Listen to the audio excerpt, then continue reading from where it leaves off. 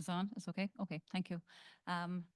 Theresa Barry is my name. I work with the National Release Centre in Ireland, and I'm speaking not so much on my own behalf today, but for Professor Anthony Roberts, who is a professor from Cork in Ireland who has developed a dentistry reference set. And it was the work that he did with the National Release Centre, and it's more his perspective of how that work happened. This is his experience, and he needed to develop a reference set as he was getting a new EPR for dentistry within the hospital. And I'll give you a little bit more background on what they were doing. So it was Cork University Dental School and Hospital, and it was primarily, it's a dental school for undergrad students and those doing specialist cares and multidisciplinary.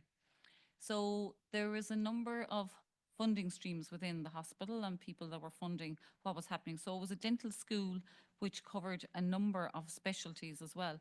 But the funding streams came from a few different areas with the fees for students, private patients, and then with the HSE, which is the Health Service Executive, so the public health sector as well.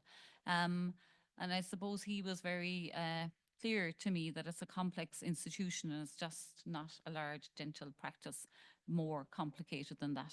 And here he has outlined the various specialties or subspecialties within dentistry that he was managing and working under. And so these were the oral medicine, your suspicious lesions, lumps and bumps, etc. Oral radiology, which are the x-ray scans and so on. Oral surgery, extractions and that kind of work, orthodontics with braces, and then the pediatric dentistry, which was about preventative treatments, the endodontics for root canals and so on, and then primary care with fillings and typical things most people go to the dentist for, periodontics, then for gum diseases, and the prosthodontics, so fixed bridges and so on. So it's quite a complex mix of specialties. So again, he has said dentistry is not just teeth, it is like a lot of subspecialties within dentistry. So at the time, I suppose it's good to give a perspective of how we're working in Ireland with developing reference sets. So what's happening from a National Release Centre point of view is we're engaging with clinicians and informing them that if they're about to get a EPR or they're planning to get one, it's a good idea as they're doing their whole procurement process to also standardize their data so that when they actually get their EPR, they have a reference set or a value set that they can use within their system. So therefore, they're already configuring their data before they start utilizing it. And this is the approach we've taken. So he would have come to me in the early stages as they were about to go into procurement.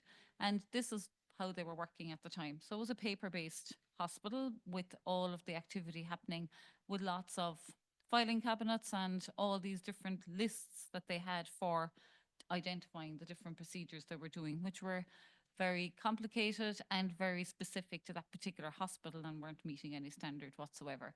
And they were all written on paper. So the vision was that they were moving to a fully electronic patient record. They were going to wanted to use a contemporary terminology. They wanted to support and monitor their clinical activity. They wanted the good data to do audit, and they wanted to introduce a grading system for their students. So they needed all the lists of procedures and activities that their undergrad and postgrad students were doing so that they could actually certify them for the different work that they were doing. And they didn't have any good listing for that. So that was a secondary use of the data that they were using. So these for them, whereas I suppose where the NRC came in was the contemporary terminology and the data. So basically, this presentation is about their feedback of working with the NRC and what that experience was like, and the learning and the work that they needed to do, and then their lessons learned. So within the institutional organization, so this is what he would have said to me. So you need a clinical lead. So he was the clinical lead. And then the subspecialty experts. So he worked with all the subspecialty experts and then the admin support, ideally consistent because he didn't have consistent admin support. So he found that a bit difficult. Then once we engaged with them initially, we set up an Excel sheet, not very complicated, but a template that was devised by us in the NRC to include all of the FSNs, the preferred terms, and so on, and then to look at where there were matches and no matches, and then that helped us define when we needed new content. And then we had a SharePoint, shared access to the Excel sheet, and then version control was important because we had multiple users, and then training and interpretation of the usage of the spreadsheet. So we had to explain to them what was expected to be populated in different aspects of the spreadsheet, and references. So they found that a little bit difficult initially to find the URLs for things, but once they got the hang of it, that was important as well. So then the SNOMED CT browser, we did a workshop with them explaining what that is, how that works. So this was very much they had to go and define their own concepts and define what they needed themselves. So it was a training with a workshop, and then over time we would refine what they needed, and then they had to do their vendor engagement side, which was a whole different perspective. We weren't involved in that, but they were involved in that. So over time they had to become familiar with the SNOMED CT browser, which they did.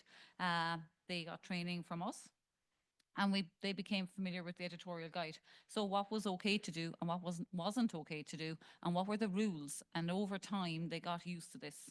So the way we've set things up in Ireland is we have done what we call, so this is the process, we have a first kick-off planning meeting, then we schedule and plan the meetings. So typically we would do the meetings probably maybe every week or every second week, and it would be for an hour. So we gave them the education and the workshop, and then we would say, okay, now you have some homework to do. Take this 20, 30, 40 concepts, you go and find them in the SNOMED browser. You come back and tell us what you have found, if you have found the appropriate one. So we would essentially mark the homework and say whether you've done well or not well, and how close that is. And then over time there were matches, and then there were no matches. So some were really good matches, and then obviously when you got to the no match department, that's when we needed to do some work. Some of this, so on my team I don't have any dentists, so some of the content was not content we were familiar with. So in that case, we did send some of the content through to the CRS team. And then over time, we documented, and we did a work plan, and we worked through all of this over the weeks. And then eventually we got to go live. So documenting was very important. This is just the timeline to give you a sense of how things went. So in 2020, they had their EPR confirmed. And then they had the coding working group was set up, working with us in the NRC, and we had monthly meetings. They had monthly meetings with their vendor. Again, we didn't have any part in that, but that obviously took up time from their workload. Then we had the analysis meetings and the scoping exercise, and then they did a lot of investigation with other dental institutions, with Leeds and Manchester and Dublin, so a number of other dental institutions. In this time also, we looked up all the other SNOMED content that's been developed for dentistry to see if that met their needs or not. And then eventually in 2023, they went live. So you can see it took them 3 years to go from just getting the supplier confirmed to actually getting going. So this is just a sense again of the timeline that we had here. So by December 2021, we had 80% of their reference set developed. So that was good. But then it took us another good while to do what was the more difficult content. And probably at that stage, we had some really good engagement with the SNOMED International team from an authoring point of view, because we were lucky when we started sending stuff in through CRS, it was realized that we were doing some quite new content here. So we were lucky in that one of the authors in SNOMED International is also a dentist by background, Sarah Warren, and she was really, really good. So it got to a stage where Sarah and Professor Roberts would start doing one-to-one calls when they started having some difficulty and trying to actually tease things out, where there was understanding where things fitted in the hierarchies, and they had some really good conversations on that. And I would have been involved in some of those meetings, but you know, it was very dentistry specific, so it was a little bit beyond me from a clinical point of view. So over 6 or 7 months, we had about 1,000 terms completed. And then they were down to the difficult 20%. This is where the real work, I suppose, took place. And this took a lot of engagement from his side with all the specialty clinicians. And they discovered that there were very different terms for pediatrics and adults in some cases. They were surprised at some of the content. They found that they weren't aligned and that they weren't standardized. He would have also said, I suppose this is a whole change project. So change is difficult, and he would say there would have been difficult, you know, personalities, various personalities, and managing that in the change program is also needs that level of authority and someone who's going to actually work with everybody. there was quite a bit of discussion around the post-coordinated terms for the upper, lower, right, primary, permanent, incisor. So that took up quite a bit of time, and he had to learn and understand SNOMED, as well as Sarah being able to explain how all of that fitted together. They had some very local terms that were quite specific, with people really wanting to stay with their own local terms and not understanding that take that into an international standard needed a bit of movement, and people are very I suppose want to keep with what they're used to, and that level of understanding took a little bit of time. So there was a new periodontal classification as well in 2017, 2018, so that needed to be incorporated into what the work they were doing. And then keeping an eye on duplicates, because of the different subspecialties, sometimes there were some duplicates happening. So I suppose they eventually got the full amount done, and we got the reference set developed and published. But it's just to say thanks to all of these. These are all the dentistry team that were involved in all of the work. So it was quite a collaborative and I suppose detailed group of people.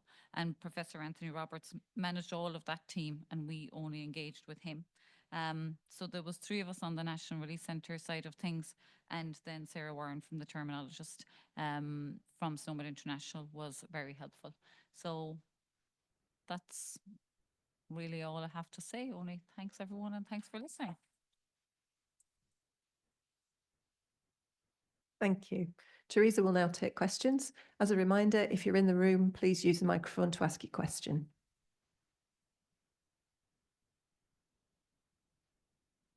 I have thank you and congratulations to get all the physicians to work with you. We face the same things in the Thai dental medical Thai dental council, something like that. They want to use the SNOMED.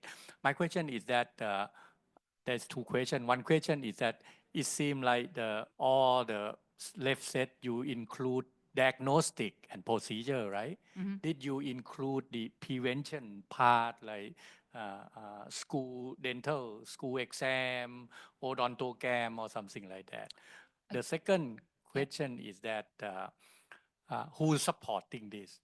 I mean, how you get the resource to doing this, and will this be kind of the involve the Snowden code that is the part of the SNOMED CT using in the US? Yes, no, thank you for your question. The preventative side for schools, etc., they didn't really include that because this was a dentistry school, so it's kind of more that secondary care or the more complicated. So and there is possibly a refinement. There is another group of people who have another system for doing all that surveillance kind of dentistry work within schools and so on. And I think there is possibly they're going to enhance the reference set to include that, but that wasn't part of the initial scope. And then Snowdent and the other, I suppose, they did look at all the content that was there from Snowdent and the other SNOMED reference sets that are there for dentistry, but they weren't adequate. They weren't enough detail. So they took some of that content and added and refined it, because it was the subspecialties were very detailed, and it wasn't enough. So they did do that. And the part about who supports it, so within the dentistry hospital, they had funding to get this new system. So they were getting a new EPR. So they had got funding, and they were, they wanted to go ahead with that. And then they realized if they wanted to curate their data set before they actually went live, this was a good opportunity to do this. So, the resources within my team, then we worked with them. But as I say, it was like maybe every second week we did a meeting for an hour, and we just scheduled it out over 3 to 4 months, and then see how far we get, and then we go on and do another bit of work with them. But they did all the work. They learned and trained and upskilled and got familiar with everything to do with SNOMED.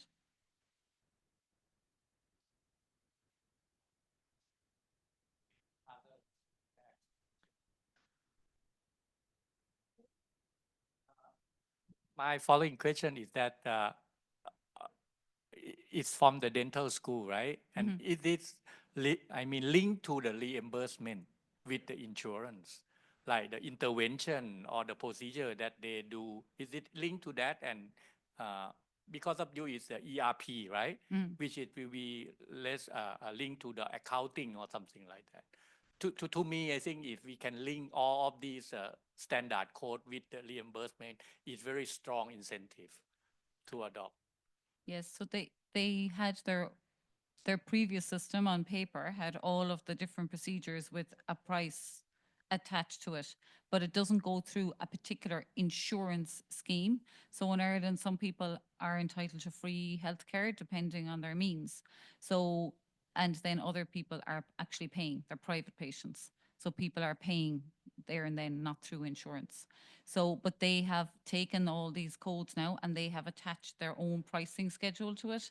And they're also using it for that evaluation of their students, their undergrad and postgrad students. And they're actually using this list now as a way of, you know, certifying their students and the activities that they're doing, because previously they had different lists and it was not always, you know, clear who had carried out the different procedures. So they're using it as part of their accreditation for their students as well as the funding side of things. So they've had multiple uses of it now. It's not just for the data side of it.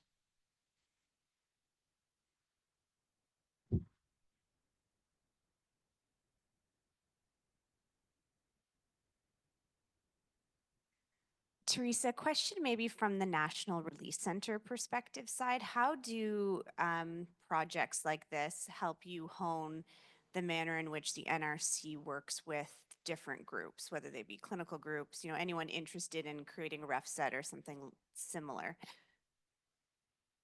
And whether it's always the same or whether it always is going to differ a little bit from body to body. Yeah, it can differ. One of the things that I say before we do any work with anyone, they must have a clinical lead and they must have a national sign off. So we're not doing refsets for individual hospitals or groups or anyone else. They have to have those two before we start any work with them.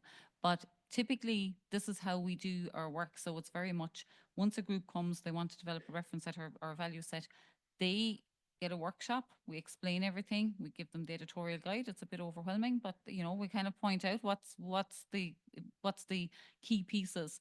And if you have a clinical lead like Professor Roberts, who is, you know, quite academic and willing to read and get involved in something, once they start learning about the browser and understanding, they really go into their own domain and they really find the content that's good and not good, and then they start coming back with really good questions. So it's not about us as an NRC actually managing all these projects. They have to upskill and they have to be willing to give their team or their you know, to have availability at least 1 hour a week over at least 3 months. And then over time they get to understand what they have to do, and then they have their own discussions, and then they come back and they work with us again. I'm not sure if that's what you were asking me, but I think is that okay? Yeah.